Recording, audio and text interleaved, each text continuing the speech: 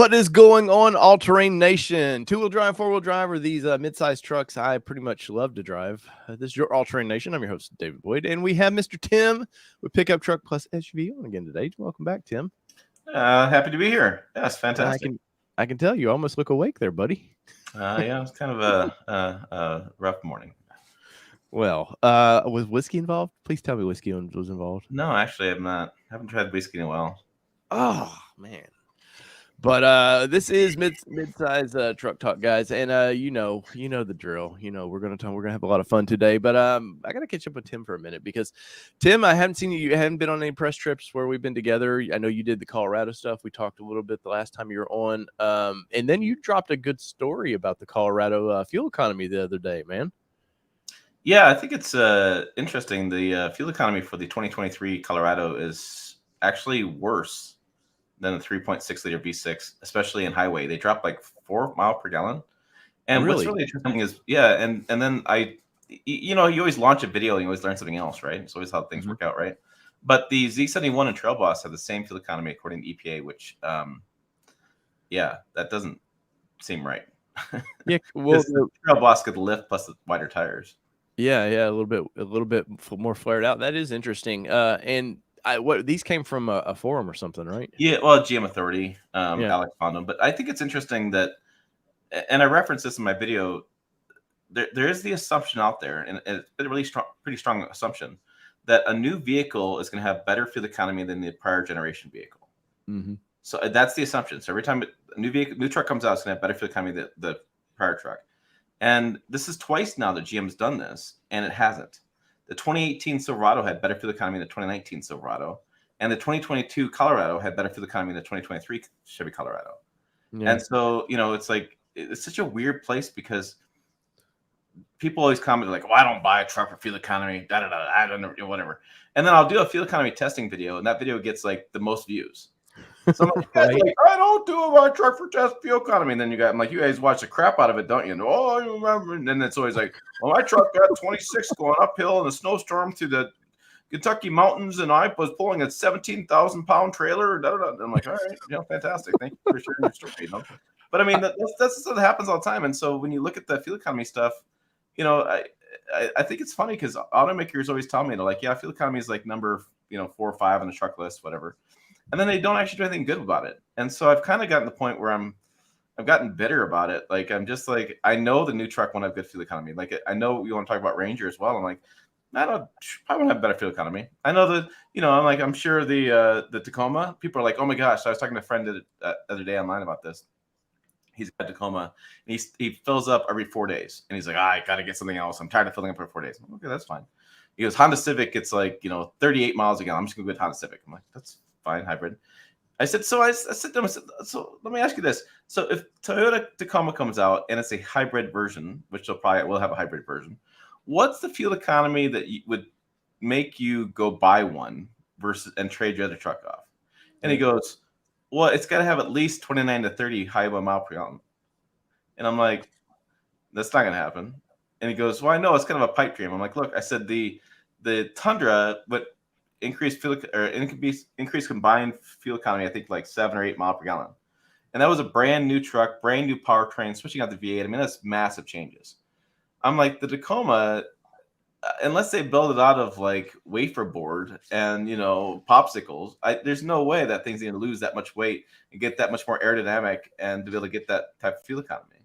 And so I guess the word I'm going to use, I'm preconditioning myself to be disappointed. I know it's not going to be the groundbreaker, the world beater that the Tundra is supposed to be. I remember the days of the little hard bodies and stuff where those things were getting 25 to 30 miles a gallon. Like, and then, but they're much smaller. That was a tiny truck versus or now. So I feel like it can be done, but everybody wants, you want all this tech. Tech that adds weight to the vehicle, unfortunately. And you want all these features from basically your house, a plasma TV in the middle of the thing and all this stuff. And it keeps adding weight to this. So yeah, what a battle they have to fight of, the emissions. They've got the emissions monster that's all over them battling. You got to, we can't have all this CO2 coming out of there. Yet now you've got all this tech that people want. You need fuel economy, and the manufacturers over there just going, look, man, we're doing the best we can. But I was surprised though, because like you said, you do expect things to get better each generation. And I honestly, I think if you looked at a 1980s S10 versus the Colorado now, it's a safer truck. It's just everything about it is better, except for fuel economy. And is it is it just be is it the restrictions that they put on that little 4-cylinder, you think, or what's the deal with that? I don't think automakers really focus on as much as we think they will. I don't think they make that a priority. So, Yeah. for example, the Toyota Tundra hybrid was not set up for fuel economy. It was set up for better towing. That Toyota didn't care about fuel economy in that kind of rig.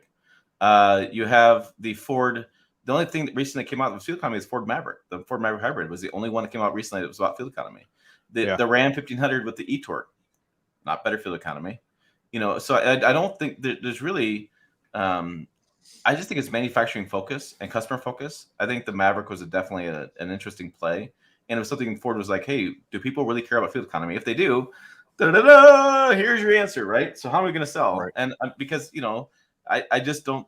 I think consumers like to talk about fuel economy, but when it goes to buying vehicles, I don't think that's the deal breaker. You look at the numbers, look at how many units these brands are selling each month, how hot trucks are still. And as far as trucks go, there's not very many that have improved that much. And the criticism that we run into from consumer side is that if a truck improves by 1 mile per gallon, it's like, oh, that's it. And the engineering is going, oh my gosh, we got 1 more mile per gallon. That's freaking amazing! Holy cow! I can't believe we did that, because it's such a hard thing for them to do. Yeah. Well, everything. So if you look at old 4-wheel drive trucks, man, they always had solid front axles. Like they were tough trucks built for heavy duty, and especially in the 70s and 80s, they didn't care. I mean, they cared a little bit about fuel economy, but it wasn't the end all be all, because what people thought of trucks were just utility vehicle. It was just there was a purpose to own the truck. It wasn't like today where, even mid-sized trucks now are getting so plush and people expect so much out of them. It is crazy. And to your point too of talking about fuel economy videos, like I have a Nissan Frontier video that we have kind of what we call the Hyperloop here now. Not intentionally, it wasn't intentionally. It was just some back roads driving 40 miles we do. And that's one of my most popular videos today. And like you were saying, people will be like, we don't care about fuel economy. Then the same comments that you were getting is, man, I got 27 out of my Frontier the other day. And you're like, well, do you care? Do you don't care? And maybe it's, manufacturers sometimes don't always know what the public is interested in. They're so hyper focused on building the best vehicle they can build. They don't always realize the needs of what the consumer wants. And I think that was a way that's why they built cars for way too long, because they were just so in their little box of like, well, we've always done this, we'll build cars, and people just quit buying cars. So they, like, to your point, now you get a Maverick, which is kind of a car. It's got a bed on it like a truck, but it's the best of both worlds. So yeah. And to your point there, it's interesting. I was talking to an OEM once about customer focus groups. And so this one brand, I won't bring it up because it doesn't matter, but they would bring, and all the brands do this, they bring in a bunch of customers, they do a customer focus group. Nissan's done this, Ford's done this, everybody's done this. And they said it was funny because they had this, it was a 3-row SUV, and it was a unibody with a 3-row SUV. So they'd open a door and the seat would come forward and then you'd hop in behind it. And consumers said, well, I don't want that seat to fold forward. It's kind of a pain in the butt, holding groceries, whatever. So they changed it. They made it to where you pressed a button and the thing would like fold up and then come forward. And then they said, well, I don't like that because then if I have a car seat or something, a person there, it folds my purse flat. so they're like, okay, so how do you expect to get in the third row? Like they're like you can't do this, can't do that. And then another brand was telling me that did a focus group. And they had this owner in there. She was I think it was a she. She had a Ram truck, and they're asking her questions about her truck. What do you like about it? And they're trying to figure out, taking notes, whatever. And she goes, "It's the most reliable truck I've ever owned." Oh, okay, great. That's fantastic. Yeah, I've only been through 3 transmissions. It's been super reliable. The warranty's been reliable. They're like, wait, what? So these brands, they do get customer feedback through surveys we put out, through social media, and through customer focus groups. But the answers they get back for these focus groups and things are so bizarre. And so then you end up having, a brand having to make a decision based on what data they have, and if that data is flawed or not. I mean, it's like, well, how do you know if it's flawed or not? And then you have people on the team that it's a fun fact with automakers. People think everybody working automaker loves cars and trucks. They don't. There are people working in accounting and legal and safety teams that they'd rather ride a bicycle. They have no desire to have a vehicle. And so you have these people making decisions on vehicles that they don't even want. Right. It's like it's so you have this really strange thing. Then I remember going speaking of midsize trucks. I remember I was in Michigan. I went to Ann Arbor, the tech center for Toyota, and I saw the Toyota Tacoma team. It was two guys in khakis and golf shirts and polos. I mean, and I said, the audience would be like blown away. You guys aren't in the mud right now, and kicking out dirt and wearing tennis shoes and ball caps, and come on, bro, that kind of stuff. And it's like, no, that's the entire team. Yeah. Well, I was manage everything. I've mentioned this before that I was surprised when I went on a Titan reveal and for Nissan. And I was talking to the engineer that did the redesign of the front and rear of the truck. And yeah, he didn't like trucks. He loved the Z. That was his platform of choice that he drove. And he just was like, well, this is the project I've been given. And, I mean, obviously I think they try to do the best they can. But in many cases they don't, especially I find that true to the import brands. It seems like that. I mean, slowly, I know Toyota, big chunk of them live in Texas now. Like they really are trying to build an American truck, not what the HQ in Japan thinks an American truck should be. But I know, like with the Nissan brand, like they just were clueless, it seemed like, about their truck department of like, who are we building these for? We can build four wheels, but what? Right. And that's the thing. So like when they do a new truck launch, they ramp up, they bring in engineers from other places and they ramp things up. So, product planning goes like this. They kind of, the product's getting old. They do a bunch of research. They build a bunch of engineers up. They do a complete redesign. Then they come back down to just a couple engineers. Product planning that's involved. And that's every product. So like throughout the year, so like most automakers release between 3 to 4 new vehicles a year, if not more. And so, you may be on Camry one day, and next day you may be on Tacoma. Mm-hmm. And it may be nothing, earth-shattering. You may be doing like the cup holder design on Tacoma versus, nothing like it's, oh my gosh, but that's what happens. And you can see that. So I remember going to my first Ford event, and Ford had their engineering team was there. And I don't know, there's 7 or 8 guys probably. And they were all talking about how the fact that they just kind of give the chief engineer title around. It's like, oh, you did it last time. Okay, I'll do it this time. Right. So they have like the Yankees, like baseball lineup with the bench really deep. Chevy's got a pretty good bench lineup, but they really got hit hard by losing Hummer. And so that's why you saw the ZR2 was so long in the tooth coming out. That's why they don't have a Raptor fighter. People are like, why don't Chevrolet have a Raptor fighter? They don't have the people. They don't have the engineering team that like, how can that be? I'm like, because when Hummer got sold, a lot of that team was the off-road team, and they went away, right? So they're gone, right? And so then, and you see that as well, like Ford Ranger, right? When they brought the Ford Ranger from global to the United States to fill the void real fast, they didn't have a Ranger team. They weren't doing this cycle. They didn't have guys working a Ranger for years. They took the F50 guys like, hey, let's modify this, make it work. Okay, they can do it. Right. Well, I think it's a good thing though that the Ranger was basically developed in Australia then, because at least it's a similar market of what they expect from trucks. Now, obviously they're just now getting full-size trucks. That's a whole nother thing, but they do know how to build tough, rugged vehicles. So I think that was a great plus for Ranger, was we can pluck this from that market already. It's pretty close to, other than crash ratings and stuff. Right. Pretty close to what we need. And that's the exciting thing. Tim, it's like you knew my segue. That's the great thing about the Ranger is, and I'll bring this up here as you can see it. This is from Ford.com. This is their US site. And as you can see, the long in the tooth Ranger there. Now, whoever put these stripes on the trimmer, I don't know what they were thinking. It's a little strange to me, but that's all right. There's a truck for everybody, I guess. But as you were saying, this truck was basically plucked from Australia because they didn't have anybody here in the United States. Hadn't built a mid-sized truck since 2011, I think, is when the Ranger ended here.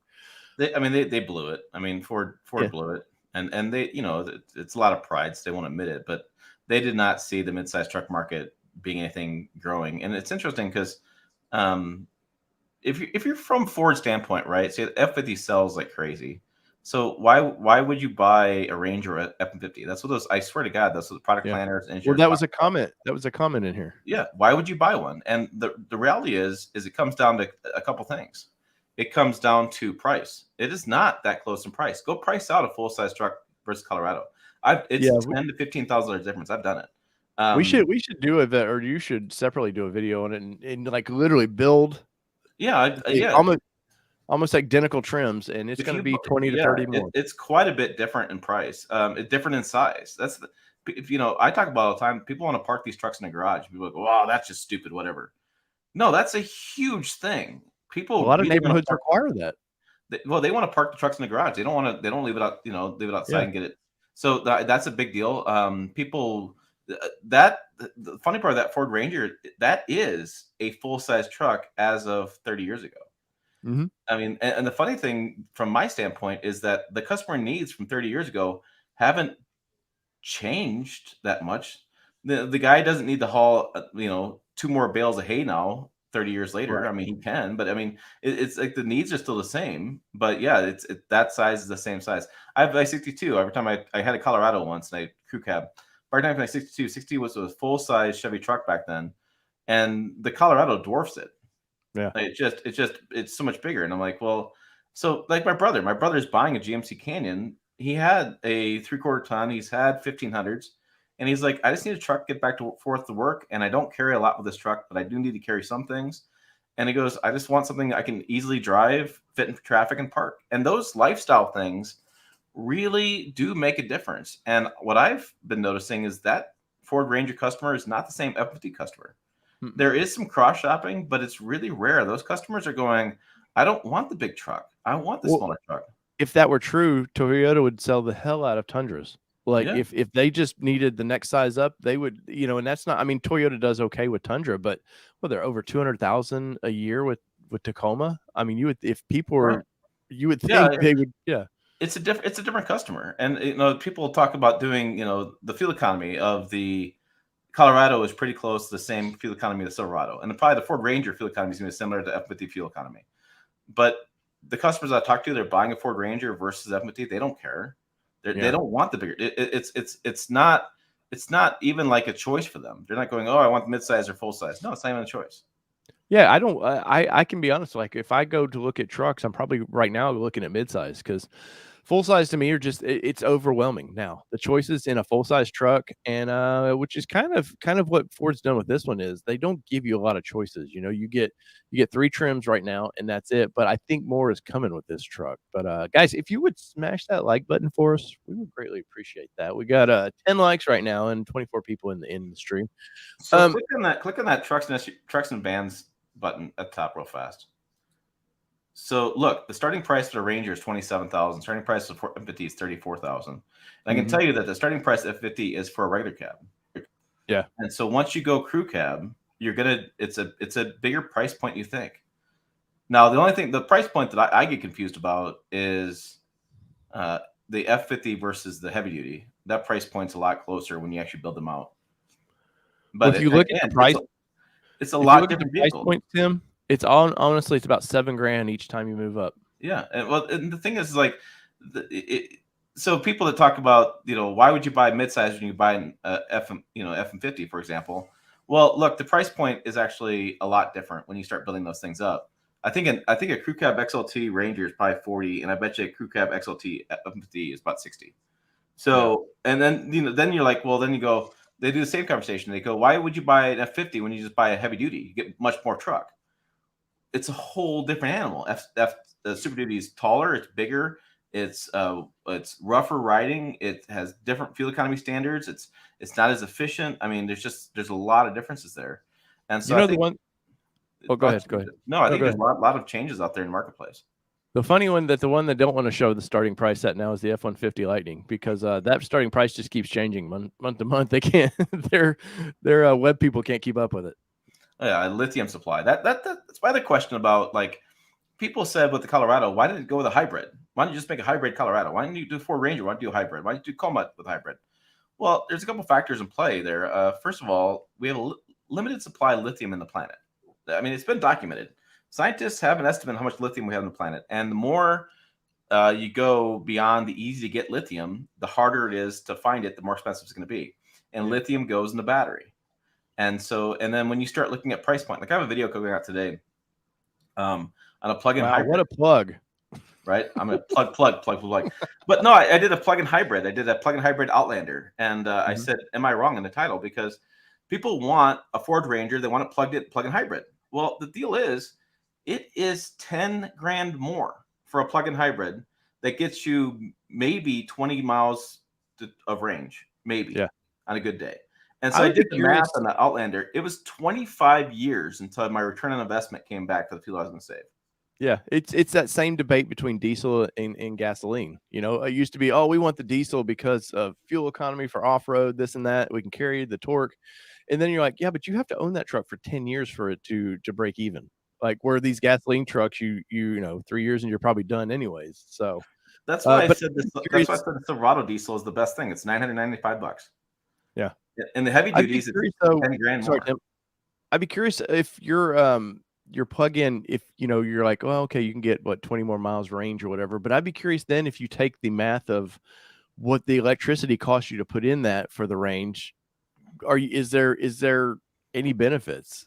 So the plug-in, this is really funny. I went to the sales stickers. The plug-in hybrid Mitsubishi Outlander said it would cost you $1,300 a year in fuel and gas cost, because you're going to burn gas at some point. The non-plug-in was $1,700.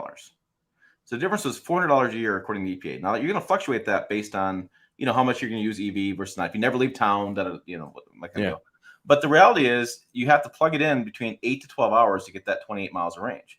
Well, at 17 cents a kilowatt hour, I'm probably going to spend a good quarter to 50 cents every time I do that 28 miles of range. And with gas, so it gets 26 miles to gallon. So I'm essentially saving a gallon of gas if I keep it within 26 miles of that Outlander. And so gas is what, $3 a gallon. It costs me 25 to 50 cents to fill it up on electric. So I'm saving $2.50 a day at best case scenario. Okay, so that's $10 a week. Okay, times what? You're gonna go to work 40 weeks, so that's $400. What? No, Tim. Most people work 52 weeks, man. Sorry, so we all don't have the plush lifestyle that. Well, yeah, but let's say you work 50 weeks, you have 2 weeks of vacation, so 50 times 10, $500. $500, and the plug-in hybrid Mitsubishi was 12 grand more, and the payload was much lower, right? Because if you add the complexity of the hybrid system with the gas engine, now you still have maintenance costs because you have still a gas engine, and your payload drops quite a bit. So like the Grand Cherokee 4xe, the payload dropped by like 500 pounds. So give me a Ford Ranger plug-in hybrid that's going to get me 20 miles of range of gas, of electrical range, because it's aerodynamic profile of a brick, right? So it's going to be maybe 20 miles of range. I'm going to have less payload, less towing capacity. I'm going to be more sluggish because I'm going to have extra weight. I'm going to be really heavy, and I'm going to spend $10,000 more to get that truck. Yeah, and I understand people love the idea of electric, and it's fast, it's cool, it's quiet. I totally get it, but I'm just way too practical. I've looked at the numbers. I've tried to buy them myself, and it's astronomical, the pricing of that. Yeah, me and you I think we have a race to see who can get the first electric truck, because every time me and you talk about buying one, then another brand brings one out, and then you got to go through that process. Like, it's a nightmare, man. Yeah, I mean, I've been on the fence about canceling my electric truck reservations because they just don't work. Yeah, look at the customers that are buying electric trucks on YouTube. Watch their videos. It's people that don't really do truck stuff. Yeah, and they just want the coolest, latest thing. I mean, it's such a. It really sunk home to me when I was watching. Is it Jerry Riggs? Everything, whatever. He's got a YouTube channel, and this guy, and also M3 Marcus, whatever the guy's name is. They do lots of smartphone reviews, and then all of a sudden they do, hey, it's electric truck. And I was like, Marquis MK, whatever, the guy that does all the tech reviews, he has an auto channel now. And it's like, he's very well spoken. But it's like reading a stereo instructions or something. Like, it's just like, it's a tech guy trying to talk about cars, and they don't Yeah. ever, there's no passion about like the driving. It's all about, well, this one does this, this one's got a built-in printer in this one, or the Right. Wi-Fi of this one. It's like, I did a video comparison of all 6 full-size trucks on the technology inside the cabin. And I remember my video editor at the time, he freaking loved that video. He thought it was the best video ever, and it did squat. And the reason for that was he was at a generation that tech is so cool to him. And tech is really cool. And I'm like, but most truck guys I know, we still listen to AM radio. Well, not in a Ford Mustang, you don't. Right.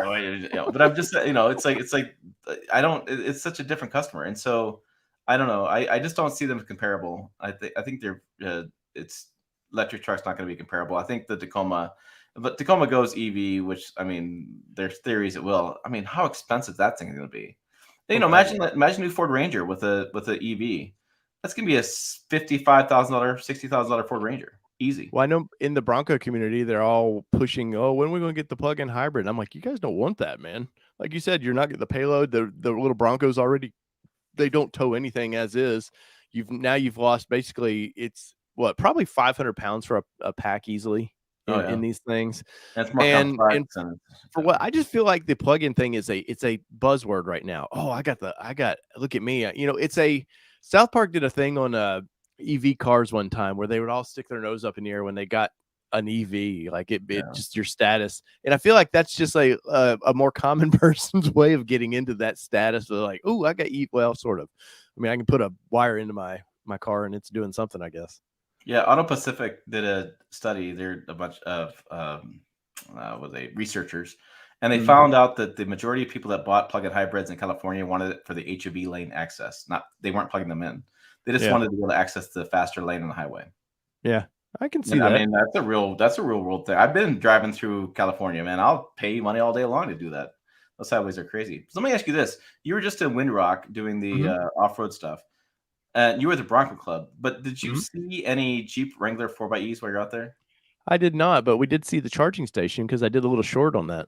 I know. I saw your short. So I was talking to some Jeep people about it, and they said the people that bought the Wrangler 4xe basically just traded it back in.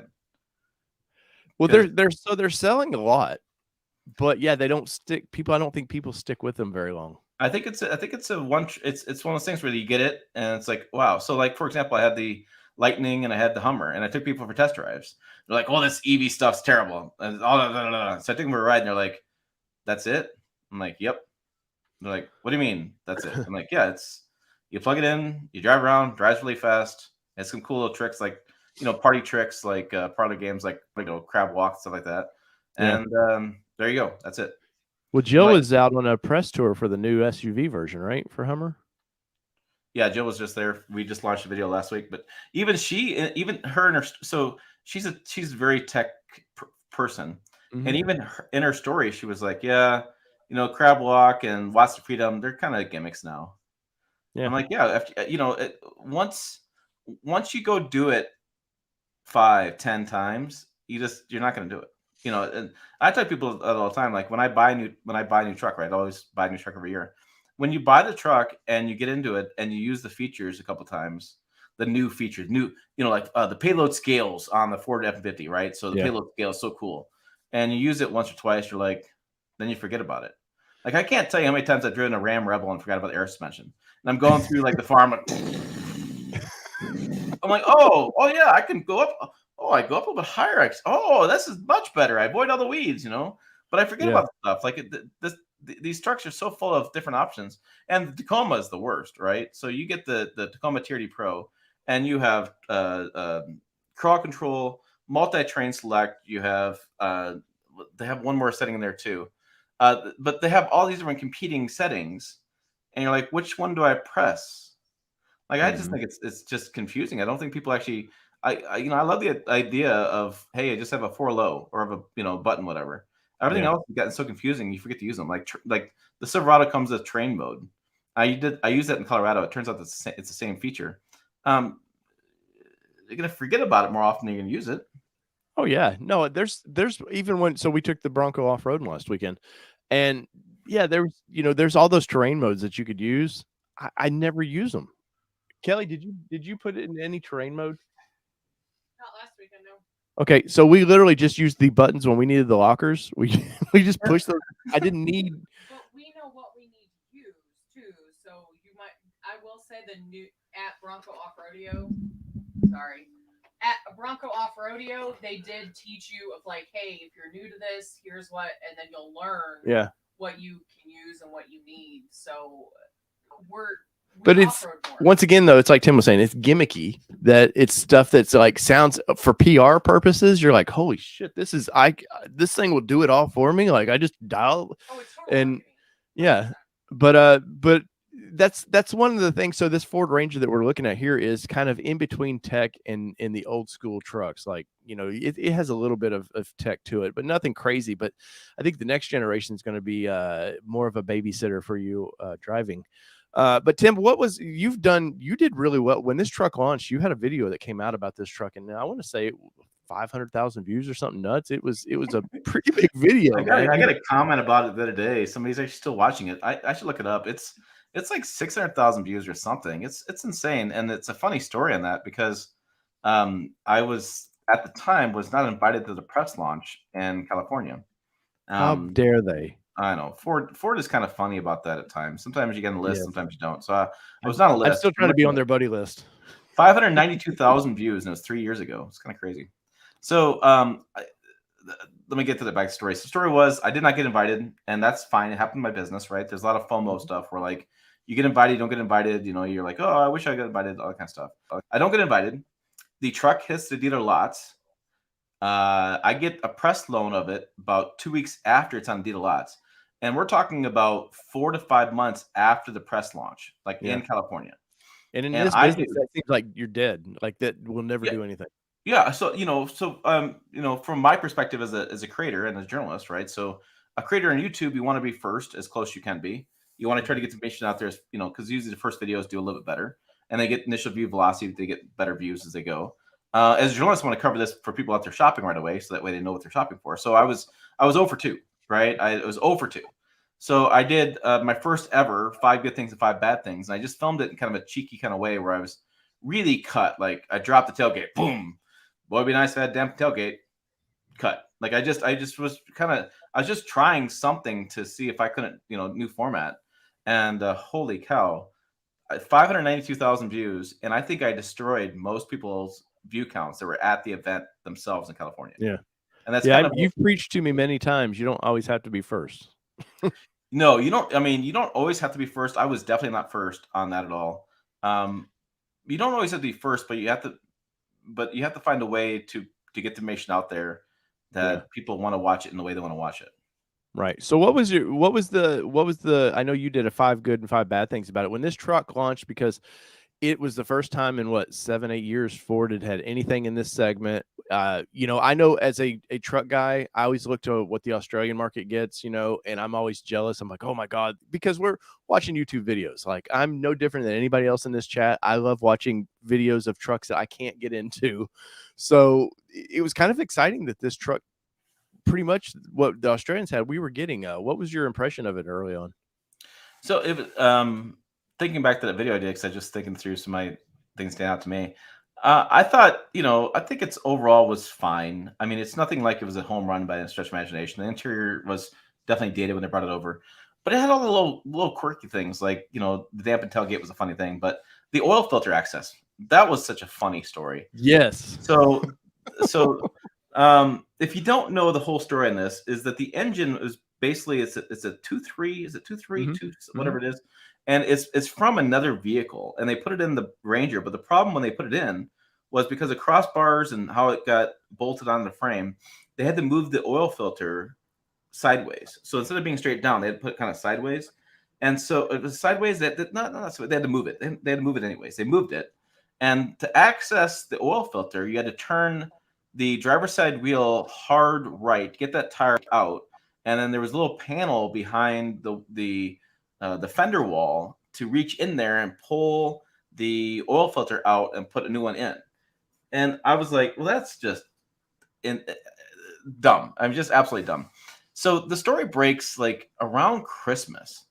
And it was just really bad for journalists because Christmas means that the PR staff is all off, brands are closed, you can't get answers back. And so I was kind of emailing back and forth a little bit, and I couldn't get answers.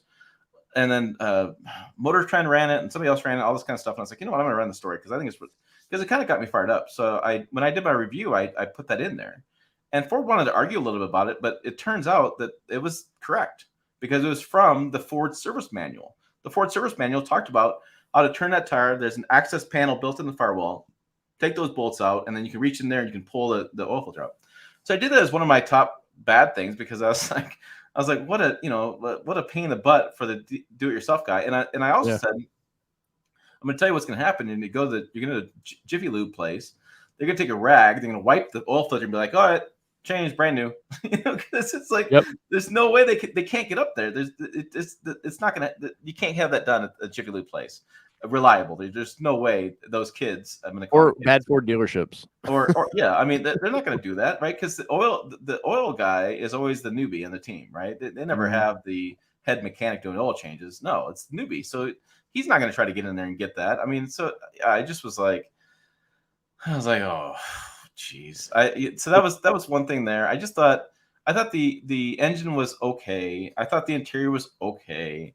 I thought the bed dampener was like, well, that's a cheap fix on Amazon if you don't like it. I mean, there's some things you can criticize my video about. I mean, for sure, I can always take criticism, but I just thought it was okay. I did, we did an event. I did a mid-sized truck kind of comparison between Tacoma, Gladiator, Ranger, and maybe Colorado at the time, and I felt like Ford was just kind of right in the middle. I mean, just they didn't really stand out, but I think the new one, when they come out with that later on this year, well, hopefully sometime this year, I think that new one's going to be a lot better. I think because that'll be a first ground up redesign from the Ford team.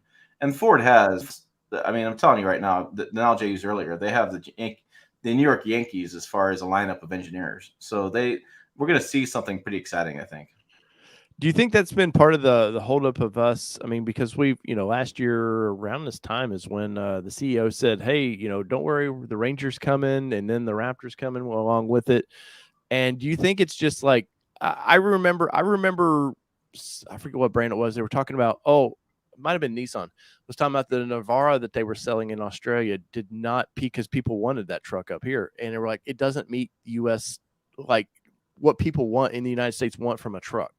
Like they don't give down there. They don't give a damn if it drives rough. Like it's just a utility, a ute down there to them. But do you think it's some of that as well? We know we got to tune this a little bit better for the U.S. market. So that's just taking time. I think it's just product sequencing. So, I mean, if you look at every once in a while, these brands will give us like a forecasted chart and they things go in a pattern, right? So this Ford Ranger is probably done last year. It's probably already done. It's fully done. Probably the engineering's done. They're waiting on some EPA stuff, waiting on some suppliers. A lot of times the suppliers holding people up because the suppliers got to change parts, hire people, that kind of stuff. And then just sequencing. So, Ford was it last year? Correct me if I'm wrong, but the year they released Bronco, they released 20. Did they release anything else that year? Because they did Bronco.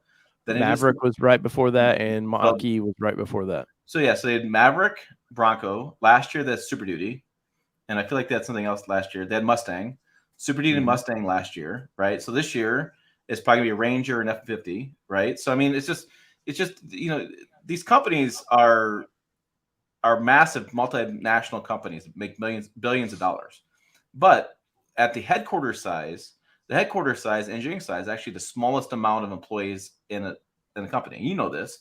Most of those companies' employees are factory workers. And so it's not like they have all this capacity to bring out all these new products all the time. And then they also got to work with suppliers to make sure that they can get the parts. And that's holds things up too, is trying to get the suppliers, if they redesign the front fascia, they got to get the supplier to change over and build new front fascia. Well, that takes some time. And the suppliers got hit hard by COVID too. And so the more they try to ramp up, like I was talking to Bilstein about this, and Bilstein was like, we have lots of capacity. We put a lot of robots in because we can't get enough workers. I mean, they can't get enough employees. So they put in robots because, and he goes, I didn't have these robots. He goes, I'm still short 40 people and I have robots. And so he's like, I can't build more shocks because we need this part, and this supplier closed down during COVID, lost their entire team. They're building back up, so I'm waiting for them to give me that part, to give me this part to go in the Bilstein stock, to goes in the Bilstein stock, to goes to Chevy. Chevy can't build enough ZR2s because they need the build. I mean, it's yeah. that's the supply chain. Well, yeah. So I've got up here basically what you can. Well, it's not good representation. I'm sorry.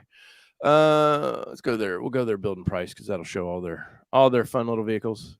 Yes. All right. Even right here, I acknowledge that there's constraints. So with the current lineup of Ranger, you get an XL, XLT, and Lariat. Now, obviously, you go from bottom to the top, but I think this was just a holdover to keep kind of maybe Ford loyal customers like, okay, they're because for me, XLT has always been the money on even F-150s. That's been kind of your best value truck, so it's the middle grade in this. But they're not really offering a ton. We don't get any engine options. You do get a choice of a 6-foot bed versus a 5-foot bed, which seems to be in a midsize truck. That seems to be like the line people have drawn.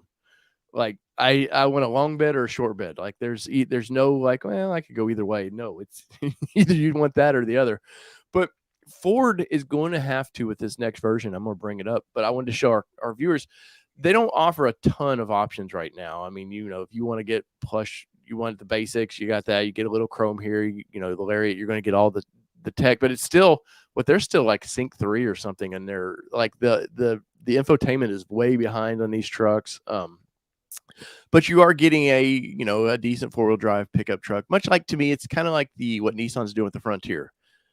Well, we're going to build you a truck, but you're not going to get crazy options. But brands like Toyota and now Chevrolet have said, no, we're speccing these trucks out for everybody. Like, we want a price point for every customer.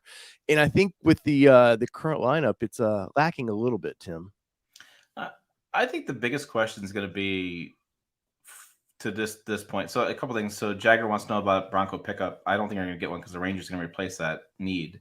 But I'm curious about like where Ford goes. So we just saw Chevrolet axe all different types of bed and cab configurations and go down to one powertrain. I mean, they that's very simplified. They have 5 trims. Here's what you got. Here's a couple options, and they make weird options, right? So heated steering wheel is convenience package 3, which costs you like $3,000. I mean, it's just bizarre. And then they have the GMC, but it's very off-road focused, right? So Tacoma has long been the front runner in this realm, and midsize trucks, and they're very much off-road focused. So does Ford then go, hey, we're going to build just an off-road focus. We're going to just lead off with a Ranger Raptor. We're going to take our way down. You have an FX4 version. You basically could have an XL, and that's about it. I mean, we're going to do one cab, no other beds, one powertrain. That's all you're going to get. Is that the way you're going to go? I mean, it's a very interesting question. I haven't seen any spy photos yet of any versions of trucks of Ford Rangers that are different cab configurations. And so I can see them very much simplifying the lineup and going that we're going to do off-road only based on that. So that's the question. So then it's like, why would you go with the platinum like interior, all this kind of features, if you're just going to go with something that's off-road focused? I don't know. It's going to be interesting to see how Ford approaches that, because they have been like everybody else. They've been adding Raptor and Tremor versions of everything, right? So everything's in a Tremor version. They're actually talking about doing an Expedition Raptor, which I think would be kind of interesting. Yeah, I did a story on that. It's kind of crazy to me. Yeah. So I mean, so that's the question. So Nissan is the only one is the one currently you can get a crew cab long bed, but I wonder if Ford. I don't think Ford offers that. I know Toyota doesn't offer that. So yeah, it's gonna be interesting. Oh yeah, go. Thank you to Car Spotters guy for that 770. He says for the travel fun and go Aztecs. It is basketball time. Yeah, no, Tim. So I've pulled up. Here is Toyota. If you want to different versions of a truck, they've got something for you. Let's see, 1, 2, 3, 4, 5, 6 versions of their midsize, 7 versions of their midsize pickup truck, which can be configured like crazy. Like, Toyota probably way better than I do. Like that's their bread and butter, man, for pickup trucks. And, I think, but they also won't, they offer a lot of options, but Toyota always leaves you wanting a little bit more. And that's just, yes. And it's surprising that they many different colors, because, a lot of times Toyota's like, we're going to build 10 trucks. We're going to build 5 white ones, 5 blue ones, 2, what I mean? I mean, it's not 10, but I mean, That's how they've always made them. So it's funny because Ford has always offered lots of options, and that's how they lost their butt in revenue because too many options. Yes. And Toyota offers less options. It's how they make more profit, but then people don't like Toyota because they can't get all the features they want. So yeah. I will say the import brands that are building price stuff, if you really get into it, you're like, well, man, you don't really, you pick the trim they offer, and past that, like, do I want those special lug nuts? yeah. What's a and Toyota is so funny because it's like you see that middle one with that bright yellow color or whatever, bright green color. It's like, oh, what's new for this year? Oh, we have a new color. Ah! You know, and there you are. I mean, so hey, but I will say they are aggressive about their colors now. They used to be very dull. You got your red, black, silvers, and that was it. Now the Toyota they're going after. They know colors. It's a cheap way to offer some variety. I mean, look at that lime green. I love that lime green. I don't know that I would own it for a long period, but and then what's their orange they call this? Solar octane. Yeah, solar octane. Well, is it orange I love red? it. That's an ongoing debate. Yeah, what color is it actually? Yeah, I don't know. I really don't know. And it doesn't film. It does not film. What you see in person does not film the same way. I had Sequoia, and it was like I had the Sequoia in the tier in the solar octane, and I could not figure out what the color was. I kept asking people, but funny, my son's colorblind, so he can't really answer me. It's gray. It's gray, Dad. All right, that's cool. Oh man, but I wanted to show a little bit of Toyota here. Like they have a range where we saw 3 options on the Ford website of like meh, bland, okay, and you're going to spend a lot of money. We're up to 47,000. I think SR is 27,750. And the miles per gallon, 2023, which is crazy in that little truck. That's probably the 4-cylinder version, I'm assuming. Do they still do a 4-cylinder, right? Yeah, they still do. And I think that's going to go away. I mean, I think we're just going to get one engine option for them. But the next generation of Ranger, and we can look at what they're doing in Australia. And I know that doesn't always convert well because sometimes they do stuff there for their market that we don't do. But I just wanted to get a rough idea because they're doing an XL, XLS, which I'm not sure how the S version converts, but an XLT, they do a sport and a wild track version, which is kind of, I'm assuming like our Tremor package is kind of what that is about. Now they're doing a wild track X, which I doubt you've dug into this, Tim, but this is basically a Bronco. You get all the crawl control features that the Bronco has. You're getting the same Bilstein setup of the Bronco, except you're not getting 35s of the Sasquatch package, but it's basically that. But you're getting a platinum version. And I really think that Ford wants that platinum version here, man, because they want to offer something. You were talking about putting these in the garage. There's that customer that want the best of everything, but like you said, they want something that fits in their garage like their car used to. And I'm hoping to see Ford kind of bring that option around. So what's interesting with that option is they don't have a GMC, right? Ford doesn't have GMC. So GMC can do the Canyon Denali. They can do that higher trim levels. Ford doesn't have that. If they were to bring out a Ford Ranger Platinum in the market, I think it'd be smart because, again, size differences are so different. That customer's not the same. But it would definitely fuel more fire to the argument of why would you buy that versus a full size, right? I mean, that's going to be a really interesting thing. But customers I know want it. Like I interviewed a guy once. He bought one of the first GMC Canyon Denali's when they came out with that in 16 or something. And I interviewed him. Mm-hmm. I called him on the phone talking about stuff. And he's like, yeah, I go hunting with my buddies down the trails. We go turkey hunting, we go deer hunting, whatever. He goes, I'm just sick of having my full-size truck scratched up going down these trails. Yeah. I just want a smaller truck I fit into and a smaller truck in the garage. And I want to be able to drive it around. He goes, he was a retired Marine, served the country for 30 years, something like that. And he was like, I just want to have something to drive around, easily drive around. I can fit in my garage. I'm not going to haul a bunch of stuff. But I want a truck to go hunting so I can throw my, kill on the bed and not worry about washing out my SUV and that kind of stuff. And he goes, but I'm pissed. And I said, why are you pissed? He says, because I couldn't get all the features I wanted in the Canyon Denali. They don't offer all the same features they do in the Sierra Denali. And he goes, I wanted basically a smaller version of Sierra Denali. He goes, I've never bought a new truck in my life. This is my last truck. And I forget what he's talking about. It was it was a heated steering wheel or it was interior something. It was something along those lines. And he was like, yeah, he goes, I want all those features and I can't get them. And it kind of pisses me off. And I was like, but you just spent $50,000 on a mid-sized truck. He goes, I don't care. I would have spent 60,000. It's my last truck. He goes, Yeah. I'm 65 years old. I'm going to buy this truck, drive it in the ground, and I'm going to die. You know, I'll die before I sell this truck, right? Yeah. And he probably puts 4,000 or 5,000 miles a year on it. So he's like, I'm going to keep this thing forever. There's some grandkid back there going, yes. Yeah, right. I mean, and it changed my opinion of midsize trucks talking to this guy, because I'd always thought, well, why buy midsize when you get a full size, which is what Ford's thinking was as well back in the day. And then it became like, well, no, they're not the same. It's not a question of money. It's a question of lifestyle. Which one fits your lifestyle better? And I think that really rang true for me talking to this guy. And I think it'd behoove Ford to offer a higher trim level of this in the United States, because I don't think the Ranger customers, the F50 customer, I think they're different customers. And some of those Ranger customers want that size, especially like city, right? So that's one benefit of the Maverick, is that in a city environment, it fits. I go to Jill's house in Chicago. Parking a full-size truck in the street is tough in Chicago. I get a midsize truck, and it's a hell of a lot easier. I can drive around town. I can park. I can get flexibility. I remember being in downtown Brooklyn, walking to the subway, getting down to Times Square for the auto show a couple years ago. And I mean, people were using hatchbacks to haul dog food and potting soil because they had no choice. There's no other option for them. Yeah, no doubt on that. And like, to your point, and I haven't thought about this, but you're right. They don't have anything that can compete with GMC right now.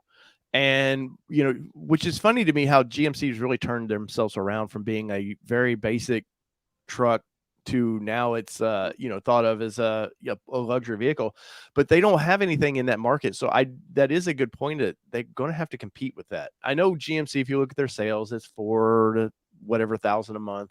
It's not like a ridiculous, like, oh my God, numbers, but there is a segment of buyer that wants that.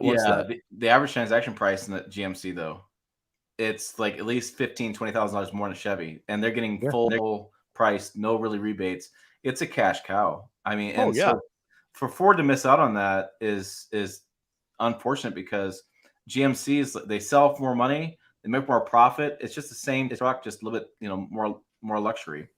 And they look different, though. I will say this: GMC's done a great job with Chevrolet to make themselves different. I mean, people will talk about, it's just rebadged Chevy. Well, actually, go get in one. They are different. Yeah, I mean, there's certain things you're going to see. There's the same radio or the infotainment system. There's certain little things, but no, if you look at the you go in a Z71, then you get into the AT4. AT4, yeah, it's a lot nicer. And then the thing is, they do things where that you can't get like what was it? One of those things where you couldn't get the 3-liter diesel in the Chevy Silverado Z71, but you can in the AT4. I mean, they do those kind of things to kind of get customers moving. I mean, Ford's biggest problem is Lincoln, right? Yeah. So, if Lincoln could take a page out of GMC's playbook, they would be all about that. Like, that'd be amazing, because Lincoln, imagine a Lincoln Ford Ranger or a Lincoln Ranger, whatever, and they could actually do those higher trim levels, and it'd be a different truck. The Blackwood was sold for years, in Mexico. They sold a lot of Lincoln Blackwoods, which is the F50 that was luxuried up in Mexico. Only until in 15, I think, when Ford came out with the aluminum body, then they finally killed the Blackwood, because they kind of redesigned. They ran out of parts, basically, because it was a whole new body style. Well, I think so. People are asking, why doesn't Ford bring back the Blackwood and do something with Lincoln? The only problem I have with Lincoln is with GMC, there was always a brand recognition that they did trucks. So there is that psychology to, okay, they do trucks. We've always known them for that. Where Lincoln has always been known as a car company. And when they did the Blackwood stuff, it was like they were trying to play in that, and Lincoln in itself is a mess. Like that they never know what they're doing. They're always like throwing darts to me at a dartboard, hoping to hit something that brings them back again. But would it be a case where you just bring a new brand? I know it's expensive to bring a plush brand out. Would it be better for them to do an all new Ford brand? Yeah, bring back Mercury. Mercury. Yeah, but Mercury was the basic of basics, man. I think Ford does need one more thing. I think they need either Lincoln to stand out or something like that. So, if you look at, it was funny, you were doing your thing and I was looking at something else, but because I always go back to where's my tab? I will always go back to sales reports. So Dave's gonna pull us up on the screen here in a second, but this is my bread and butter. I look at sales reports because that to me, I'm such a business guy, right? So the Ranger sold 50,000 units as of October 2022. That's the quickest one I could find when I'm pulling things up real fast. Ford does quarterly reports. So, I mean, it's a drop in the bucket versus F-150 for sure, right? And the F-50 is also a lot of commercial.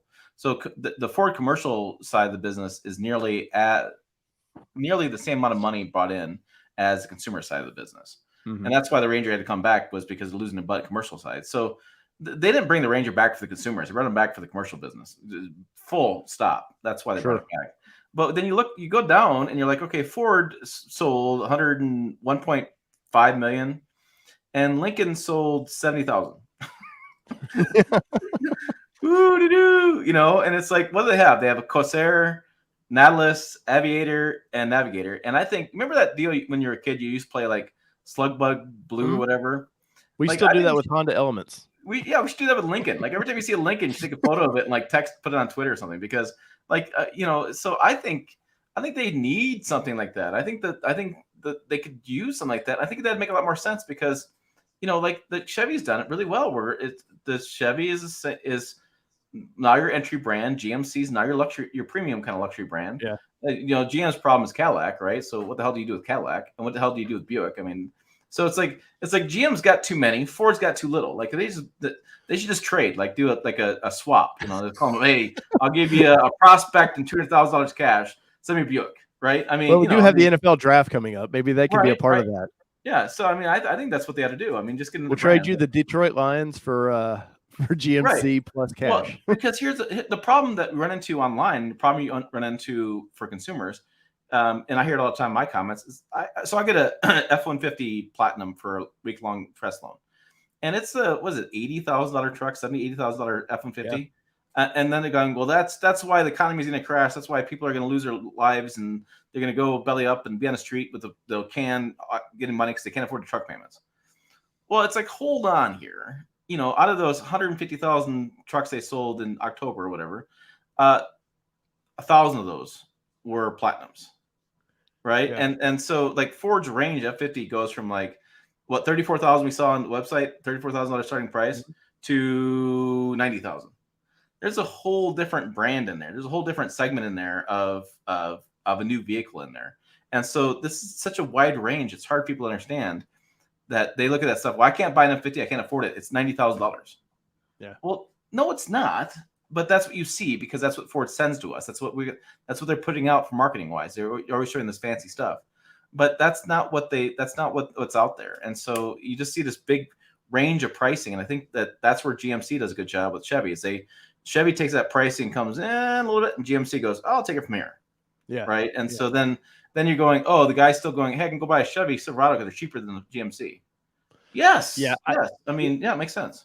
Well, maybe they, you know, I'm not big on Ford offering another brand, I guess, necessarily, but maybe they just do what they call the Platinum series of all their lineup. It's like, because, you know, Ford is big on sub brands now. With Bronco, they look at Bronco as its own brand that's just under the Ford banner. You know, Mustang's the same way. Maybe they just do that with a Platinum version that is the most expensive of expensive vehicles they offer under a Platinum brand. Yeah, and they would love that. They could report sales results like we're the best-selling Platinum brand in ever, you know, whatever.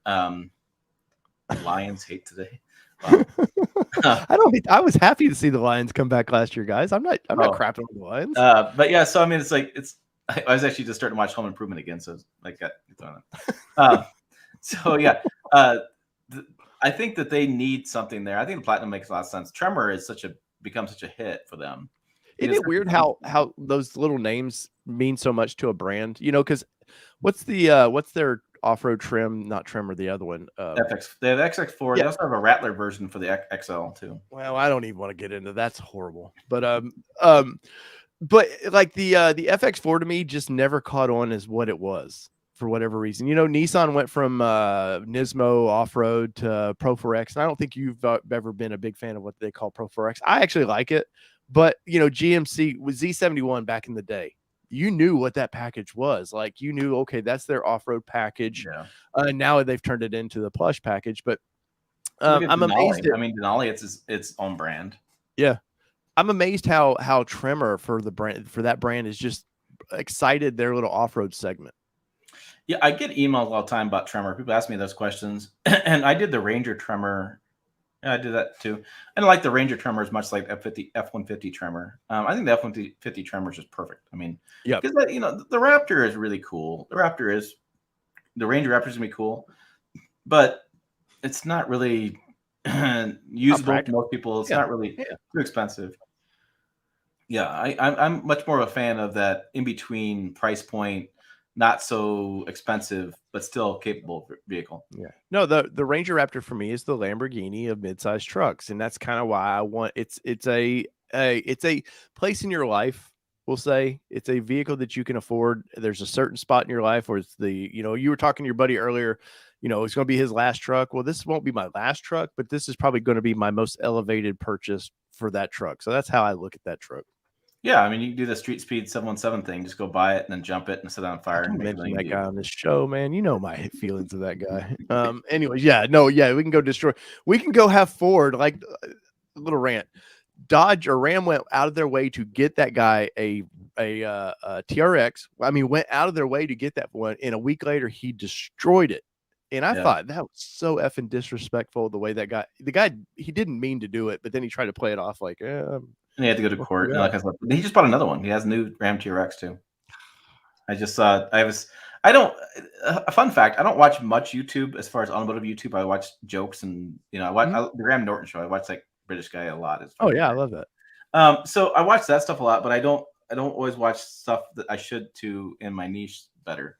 And I actually saw that because he's like, I bought my dream truck, and I was like, what do you mean you bought your dream truck? You just had your dream truck. You bought another TRX, and I was like, okay, well, But a good example of that is the TRX is not a truck. No, it is a toy. And if you look at the outlets that have a TRX or the Raptor R, things like that, I mean, they did I don't mean to pick on TFL here, but the TFL did a towing test of the Raptor R, and I'm like, I understand they need to do it. Gauntlet is a great thing, and that's their thing. That's what they do. But I'm like, like it's such a useless video to me because I'm like, there's nobody gonna buy this truck. I wonder how it does towing. They're gonna be like, so this thing will tow my 40-foot speedboat, right? With my V8 on the back and my, you know what I mean? Yeah. That's that guy. I mean, the guy, this is just a toy. It's like, so yeah, I find that stuff it's great YouTube stuff. And I'm really dumb probably as a creator because I should go buy something and jump it and crash it and do that kind of stuff because it gets lots of views. It really does. I don't know. Your back's already messed up, man. You don't want to go. Yeah, exactly. That's part of my reason too. I had to wear a helmet and Hans device like on a crash. It's a pain in the ass. But the back would not feel good. But it's at the end of the day, it's like I'm great. It's just not me. I'm very too practical, and so I don't know that. I was thinking about this the other day. The ZR2 is coming out. I'm supposed to be having a trail drive next month, whatever. Only like 8 outlets were invited, whatever, and I didn't get the invite. And I'm like, I don't really care. I know I got hit up by somebody that's going to get to go to that, and she was like, "Hey, did you not get the invite?" And I was like, "Do you see the size of my channel right now?" Yeah, I'm not that concerned about that because it's like that is a niche market. Yeah, it's gonna be a very small niche market for that. I mean, but when Ram sent you out to go jump the TRX, you had fun doing it. Yeah, I did, but I was smart that day. We got the jump was at the lunch site, and I made sure I jumped first, then ate my lunch. Because if you eat lunch then jump, then you eat your lunch again. Yeah. So it's like, no. And then Prestige or whoever's wiping these cars down. They're like, don't you want this we have this little pizza guy here making little pizzas, Luigi's in the corner doing the stuff, whatever. And I'm like, no. And they're like, well, you don't want to eat first? I'm like, no, I want to jump first. I'm like, oh, really? So I get to lunch like at 1:30, I'm freaking starving, I waft down whatever pizza. But I was like, no, I'm jumping first because I've learned my lesson in this kind of stuff. Like, especially I did like that video a lot though. That's an older video for you guys, but that was a fun video. Yeah, it was a cool experience. But this is gonna sound weird from what I do for a living and that kind of stuff, but I'm good off-roading for a couple hours, I'd say. 1 or 2 hours, right? And then I'm tired. My stomach hurts a little bit. You know, I've been thrown around the truck quite a bit. I've been beat up. My hands are a little bit tired from gripping, holding on too tight, whatever. And I'm like, okay, I'm done. And people, and it's like, people go, we're going to do like 4 days of this. We're going to camp out. Every night we're going to crawl over rocks and do this kind of stuff. I'm like, okay, no. Yeah. Yeah. Boomy 78 says, I think a lot of people will try to tow with the TRX and Raptors a lot, and people just don't know any better, basically. Yeah, I mean, there is that. I did see somebody going down the interstate the other day, and the poor Raptor was like this, and he didn't have much in the back. Looked like he was moving, but he had some stuff in the bed of the truck and a tiny trailer on the back of it. And yeah, the truck was like that Carolina stance, like it was going down Carolina squat. Yeah, I talked to different journalists about this, and they're like, no, the TRX tows just fine. It's a great towing truck. I'm like, but that's not what it's meant for. Like, you can make it. You know, I could make a 1980 Subaru Brat tow well, right? I mean, I can tow it, but it's not what it's meant for, right? I mean, you know, Honda Odyssey. How many times you see those with a U-Haul hookup in the back for a receiver? Like, it's like you can do it, but it's not really what that's meant for, and that's fine. Customers, you know, we put these videos out, we kind of talk about the vehicle's going to be, and they come back to us and like, hey, this is what I did with it, and it's like completely different than what you expected, and it's like, okay, well, that's what they want to do. When I think it's when they throw these vehicles out, much like these new Rangers, they'll throw them out there, and you know, we talked about it earlier. Ford gets in their own little shell of what they think consumers want. And then consumers like this, but then they go do something completely opposite that Ford would have never thought they would do with their vehicles. So the Wild Track, Tim, there was some rumors going around that I've heard that the United States might get a version of this. Now they offer a Wild Track, you know, it's brand awareness. So Wild Track in Australia is their off-road trim, and they've done it for a while. And in the United States, Ford's been sort of easing us into that with the Bronco. So Bronco does a Wild Track. It's kind of a plush off-road trim. You got kind of all the fun features on the Bronco. Where do you stand? Do you think something like this will come to the United States, or do you think that at the end of the day, they'll just call this a trimmer? I think internet rumors are fun to talk about. Of course they are. That's what I think. I think Ford is being smart. They have a Timberline version and a Tremor version, for example, right? The Tremors for the trucks, Timberlines for the SUVs. And I think if Ford keeps bringing out more and more different names, they're gonna have a problem. There's gonna be too many different names. And that's the thing. The Bronco was a little bit confusing when it first came out for me because, you know, I had lots of different trims and different packages. And what's a Sasquatch? What's package you can get Sasquatch on? Which one you can go with? I mean, we had a whole chart trying to figure this stuff out because it's confusing. And I think they will bring something over, but I think they're going to call it a Tremor. I think it's going to be a Tremor because they already have a Tremor. They already have so if they had a Ford Ranger Wild Track right now, I think it's an easy thing. But they're building up the Tremor name in the United States. Yeah. They have a Tremor version of Ranger. They have a Maverick Tremor, which is fun to think about. And they have an F50 Tremor, and they have F250 Tremor, I think it is. Yeah, 250 Tremor. Yep. And so they have the Tremor, probably 352, but they have the Tremor is building a name for them. And I think it'd be dumb for them to bring another sub brand within the Ford Ranger lineup. I think and if you look, it does have like the little orange striping there. It definitely is playing in that Tremor kind of look.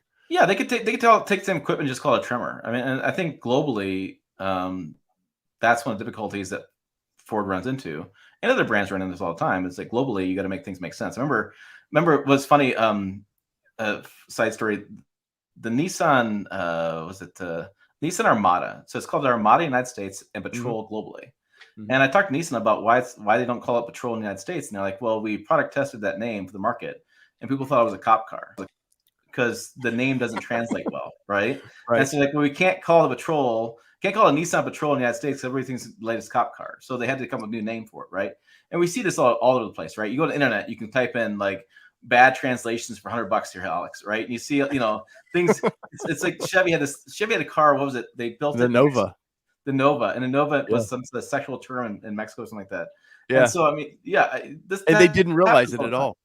They had no idea, right? They had no idea. So this happens all the time. And so, you know, I think that you'll find that I think globally they're going to have different names, different things just because of, well, marketplace. I don't know. Tremor. I don't know if Tremor is in Australia. Is it Tremor a snake? Is Tremor, I mean, is it different? Is it a bad name? I mean, that's the question. Well, Tremor in California might be a bad thing though, too. Our special tremor, California Tremor Edition. Right. You Oh, get sign me up for that one.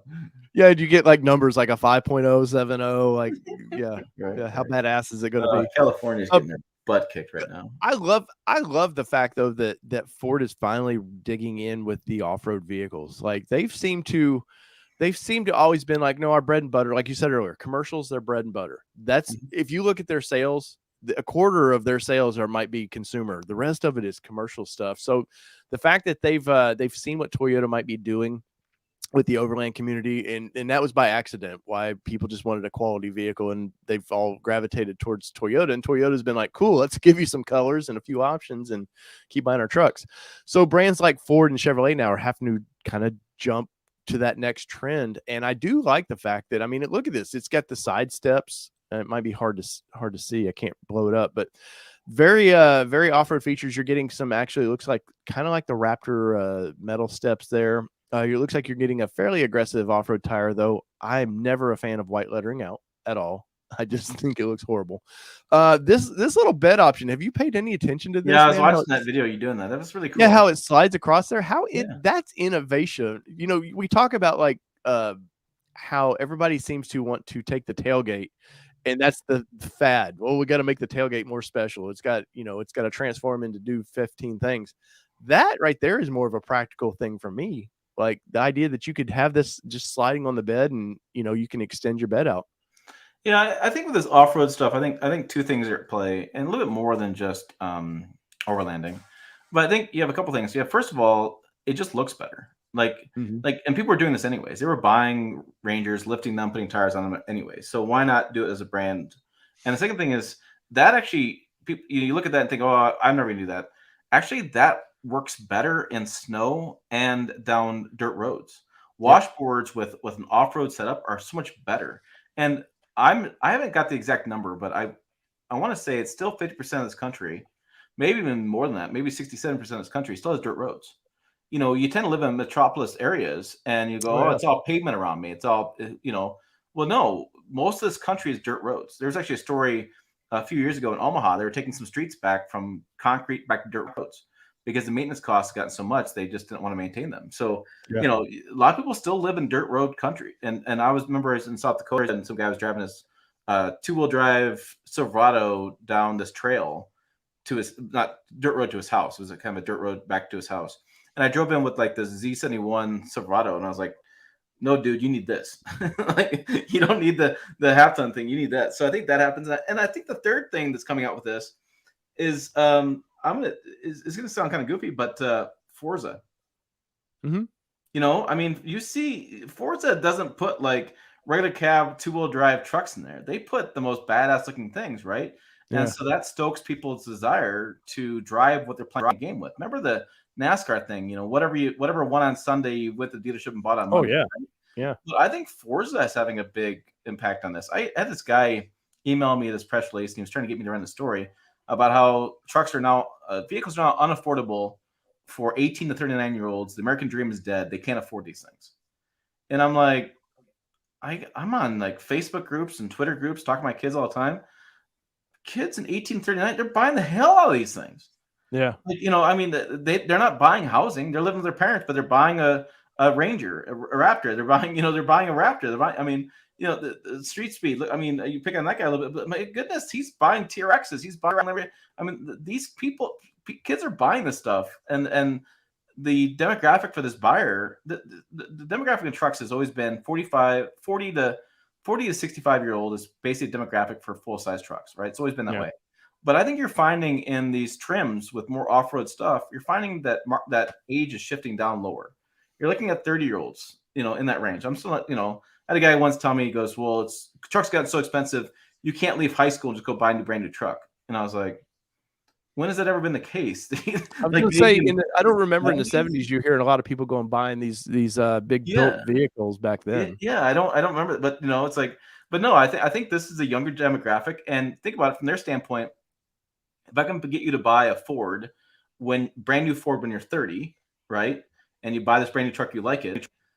People talk about, I'm going to keep this truck for 30 years. You never do, right? Or it sits around the corner, right? It never happens. I'm going to keep this truck forever. Well, the average life cycle of a buyer full-size truck is between 5 to 7 years. Yeah. And just because technology's changed so fast, trucks are changing so fast. I mean, if you were to get in a truck 5 years ago versus truck today, you'd be shocked at how much difference there is. It's just amazing. Mm-hmm. And so if I sell you a Ford and you're 30, and you're gonna stop buying your last truck when you're 70, that's 40 years. If you buy a truck every 5 years, that's 8 vehicles. Yeah. I get you in the Ford brand, and you buy 7 more beyond just the one you bought. I mean, that's from a marketing standpoint, that's great. I remember I worked at Taco Bell when I was a teenager, and they told us, they said, if somebody says a problem with a taco, just give a new one. I said, well, that's stupid. The guy had you didn't like, you want more, whatever. The taco was messed up. Like, just give him a new taco. Whatever you do, just give him a new taco. And I'm like, why? This is because we've done studies, and if you turn them down that taco and you piss them off, we may lose $3 million. Wow. Because of they'll never come back to us. They'll tell all their friends not to come back to us.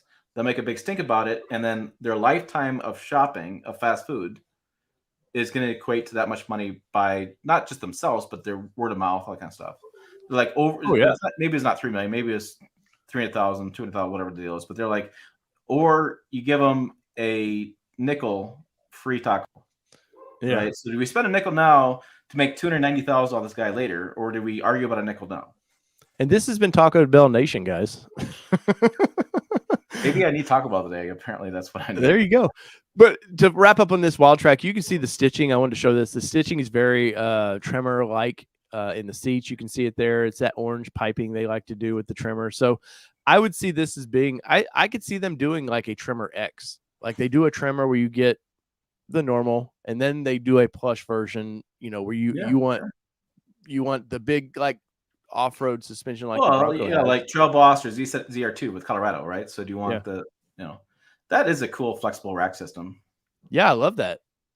And think about for an overland guy, like that gives you. Overland guys are already doing it. They're already buying it. Yeah. Well, that's what my point is. But if you can get it from the factory, it looks good. It doesn't look. I know some people want that metal look, that kind of military look. But if you're a guy that just wants to go out in the woods every so often, that would be perfect for you. Put your tent on and. Yeah. I still have this dream of mine, and from a business standpoint, to fly to Australia. That's my kind of one of my dreams. I'll go with you. I'll be your camera guy. I think there's a Kia. Is there a Kia truck sold globally? I believe it is. There's the Utes in Australia, the Rangers, the Global Colorado. I mean, yeah. I'd love to try that stuff out. I'd love to go to the Outback and see what those guys are doing out there. But I hear the Outback down there. The basic Outback that I've understood is I'm looking at it from my house. I mean, the people that tell me, they're like, it's the same area you have. I'm like, oh, really? All right. So, so you fly 5,000 miles to go see. I looked it up. It was like, I looked it up. I seriously looked it up a couple years ago, and I think it was $4,000. Yeah, it's. By the time I was there for a week. I figured hotel, and it was. I mean, it's like a gigantic, like a 20-some plus hour trip. And then trying to, I'm a stranger there in a strange area, and trying to connect with people and make the connections. And I have those, Tim. I'm telling you. Hey, Ford Australia, you want two hillbillies from America coming down there rating your trucks, right? Yeah. I still have this thought about doing this, but yeah. Yeah. But here in the black, you can see look at even the very Tremor like with that pinstriping. I would like to see them do something maybe in the grill as well with that. But this is a sinister looking little truck, man. I'm hoping we see something like this in America. I would too. I'm hoping that I think they will. It's going to be, I don't know. It's going to be a lot to. I'm trying to figure out what my trip would be to Australia. It's not giving me any options. Now Tim's not worried about trucks. It's Australia. Hold on. I squirrel. I would love to see. I think we're going to see more off-road stuff, especially the way GM made their changes, right? So GM made Colorado off-road and Canyon off-road. So obviously they got to do the same thing. Yeah. Oh, here we go. So it's from. I don't want to go May to April. All right, whatever. It's between $2,500 to $2,600 to fly. Well, that's their winter, though. We're getting into their winter. Is it their winter? Yeah, our summer is their winter. That's the reverse. So, which always boggled my mind for Christmas. I was like, how did they have Santa in shorts and a surfboard? What? So, yeah. So I don't know. I forget the flight times. I didn't even look at it. It's 26 hours flight time, I think. Yeah, it's a long ways. Yeah. But it'd be so cool. Trust I me, mean, I've looked this up. I'd love to go down there and I'd love to sample all the different trucks they have down there for like, I just would need like one dealer that offers all the brands and have like a brand bonanza day where I just spend the entire day and I'd film until my head comes off. And That reminds me of those old commercials. Crazy how next we're doing the Ford Ranger thing, whatever, because I'd be so freaking tired, right? You're brand bonanza. Right. I just would love, I've never, I can't justify it from a business standpoint. Like I've literally sat down and counted the videos I would do and figured out what my ROI would be. And I'm like, if I was a bigger brand, I could do it. Sometimes, I go to these car events, not because I'm good. There are people going to watch those videos. Sometimes it's just for me. And sometimes he's a better businessman than you are. Well, no, Tim's a lot better businessman than I am. I just, I mean, but that's me. I'm just too practical, right? And then if I win, I want to take my wife with me because why would I go by myself, right? So because I'm only here's the deal. I'm going to Australia once. Like this is not I'm going to go there next Tuesday. No, this is a once in a lifetime trip. So then the kids got to be old enough they can be on their own, and yeah, probably 6-7 years. So once the youngest one's out of high school, I could probably make that work. But I just gotta, I gotta think about how many videos I have to shoot, how much, then I have a huge US audience. So like, are they really gonna watch that stuff? Do you want to watch stuff you can't buy? Like, is that just teasing you? I don't know. I think they do. Clearly, we've been talking about Ranger, something we couldn't have for a long time. I think they're okay with that. We wind this thing down. Tim, you said you got a video about to drop. What was that one again? Yeah, I'm doing the a plug-in hybrid. So I think I had to reshoot. I had to edit it so I could put it back up. But I think the title was like, plug-in hybrids are too damn expensive. Here's why, and here's the Mitsubishi whatever. Because it's like, so this is the thing. My friend Aaron Turpin and Cheyenne was talking about this, and he freaking loves this thing. And I said to him, I said, it's $50,000. Yeah. The starting price Mitsubishi Outlander is like $27,000. This thing's $50,000 fully loaded. If you do the fully loaded version, it's $40,000 for Outlander. This is $50,000. And he's like, well, yeah, we can drive electricity around town. I'm like, it's $50,000. Like, I think that if I were to criticize my colleagues, and I do at times, I think my colleagues, the one things they have a problem with, and I have a problem with this as well, is we don't look at it from a price point standpoint. And that's just me being practical. It's like, my friends are like, I get the new Lucid Air. It's fantastic. It's so awesome. And I'm like, they just filed bankruptcy, right? Because it's too damn expensive, right? I'm like, did they really? Yeah, Lucid Air's been back and forth on stuff. So, but it's like they've gone back and forth, come out different times of versions. I'm like, guys, look at the money. Look at how much these things are. Look how expensive they are. Like 100, starting out 106,000 or something. Yeah, like it's something stupid. So I mean, like let's stop with how cool they are. Let's talk about, are they actually worth the money? Are they worth the investment? Like what's that's I went to go buy an EV with my wife last December, and we looked at up their stuff, and up with a $30,000 Trailblazer because the same fuel economy as plug-in hybrids did, and was $10,000-$15,000 less.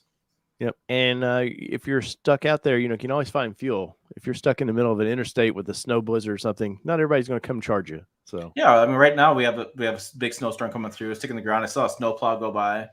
I mean, there's real concerns. I mean, like I said, when I get electric vehicles, it's funny. They bring them up from Denver, and the guys get here and always like, "Oh, geez, wow, made it this time." It's like, I was curious about that.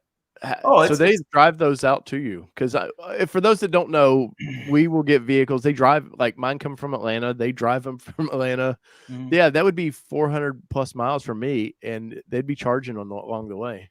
Yeah, so there's a charging. So from me to Denver is like 180 miles down to the shop, and so theoretically the EV should get here, but they always stop in Wellington, which is the last stop in Colorado for an EV charger. They always put a little bit more into it, and they still can't make it all the way here because the EPA number for the miles is like a nice sunny day, 65 miles an hour on flat ground. Yeah. And people are like, well, you live in Nebraska, it's all flat. I live on the western side. We're at 3,000 feet. Cheyenne's at 6,000 feet. Denver's at 5,280, right? So they drive up from Denver to Cheyenne, and then they turn and they go downhill, and then they go back uphill to my house in Nebraska. And those turns and stuff are on I-80 and I-25. They're doing 75 to 80 miles an hour. So you take a car, even a gas car, and drive 80 miles an hour uphill into the wind. Well, Yeah. physics, right? So they always top them off, and I've gotten a couple in my house that have had like 3 or 4 miles of range, and Wow. I've talked to the press fleet about this, and part of my agreement with them is per the press fleet's agreement, they have to bring the vehicle to you clean and full of gas. It's part of their agreement with the automaker. It's not my agreement. I care less, but that's what they have to do. And so with the EVs, we've made the agreement they cannot bring it to me full charge because there is no way to do it. That doesn't exist. And so they bring them up here, and it's usually like really tight. They don't even get car washed because they just try to get to my house as they can. And then I have a 220 I installed it outside my garage. And so I end up spending the first day charging the cars up, the vehicles, to be able to drive them because they just it's impossible. And so like once we get a car in my what I call the valley, which is where I live, I have a bunch of bluffs around me. It's basically a big valley. Once I get the cars in the valley, I'm fine because my daily Walmart's 15 miles away. That's the longest drive I do on a mostly daily basis because I work from home too, so it's not that big of a deal. But yeah, I can't get EVs like if they offered like one that was like 180 miles of range, something like that recently, and I'm like I can't take that. Like it's and I just you have to return it charged, right? Well, yeah. So part of my deal is I have to give it back to them and fully charged as best I could, which was really stressful one day because the Hummer and the charger apparatus, the inverter froze overnight, and so it actually didn't charge. And so I was freaking out I had to bring it in, put it next to my space heater, and then plug it back in the Hummer, and had to get as much range as I possibly could. And then they were like, the Fresic, I think he had like 90% range, something like that. And he goes, all right. He goes, I can make it to Wellington. He wasn't even like, I can make it to the shop. No. I can make it to Wellington and charge up because I know I can't get all the way back to the shop. Right. So, I mean, right. And I realize I live in an edge case scenario and I'm one of those guys that's not, whatever, but I just look at some of the stuff like some of the new EVs coming out, things like that. I just think to myself like, okay, that's not for me. Yeah. And it's weird to say that as a journalist and to think about these vehicles is like, well, that's not for me. Like the ZR2 Colorado, like that's not for me. I'm not right. That customer. Ford Ranger Raptor, I won't be that customer, right? But I'll enjoy driving it, but I won't be that customer, right? Because I will be. It's too much money for what what I want from it. But that's I look at stuff now and I don't get mad about it. I'm just saying to myself like, oh, that's just not for me. Yeah. But like the Ford guys is not for me. It's not. So if we can wind this one down, it's not for Tim. It's not for me. Not for you. No soup for you. That's right. No soup for you. Well, Tim, it's always good to have you on here, buddy. Yeah, always happy to stop by. I like waking Tim up. He's probably woke up a little early. He's an hour difference from me. So yeah, I actually slept in this morning. I think it was like 6:45. Nice, man. Well, good for you. I woke up. We had storms roll through here, and I got up. I went to bed probably about 9. Woke up 8:30. Kelly says, Grumpy Bear. And I woke up at 12. Come up here, played video games for about an hour, and went back to bed. And was like, oh shit, Tim's gonna be waiting on me, and I'm gonna sleep in somehow. Right. Don't do that. I had to get up. Yeah. No. Then I toss and turn all night. You guys had some pretty good storms. Didn't you have tornadoes went through south of you down in Alabama? Was it or maybe tornadoes? I just caught the news quickly. It was like 9 people dead, 10 people dead, something like that. Yeah, I don't watch the news, so I don't know. I try to report on auto news. I don't actually. Mississippi, yeah, one town is quote gone. Mississippi resident says after storm that at least 23 people are dead. Or powerful storms nearly level some neighborhoods. Power knocked out across Alabama, Tennessee, and Mississippi. No, it was man. It was lightning and all kinds of stuff last night. It was pretty nuts around here. I'm such a news junkie. I'm on the news all the time. I can tell clearly by trade. Yeah, that's right. Well, next thing you know, you're gonna be watching the Weather Channel. You'll be sitting on your recliner, and that's all you watch is the Weather Channel. Well, I watch that for golf days. My buddies and I always text. My buddy just texted me a little while ago. Goes, all right, it looks like Tuesday. So this time of year, I was like, all right, maybe that day's gonna be good. Maybe we'll play that day, whatever. Well, Tim, once again, I appreciate you being on here, guys. Go check Tim's videos out. Tim digs deeper than I ever can. So if you like to, know where those chargers thaw and with the space heater. There you go. So, guys, whether it be 2-wheel drive, 4-wheel drive, or these mid-sized trucks that we all like to drive, this has been your All Terrain Nation. I'm your host, David Boyd, and we're out. Peace, everybody. Love y'all.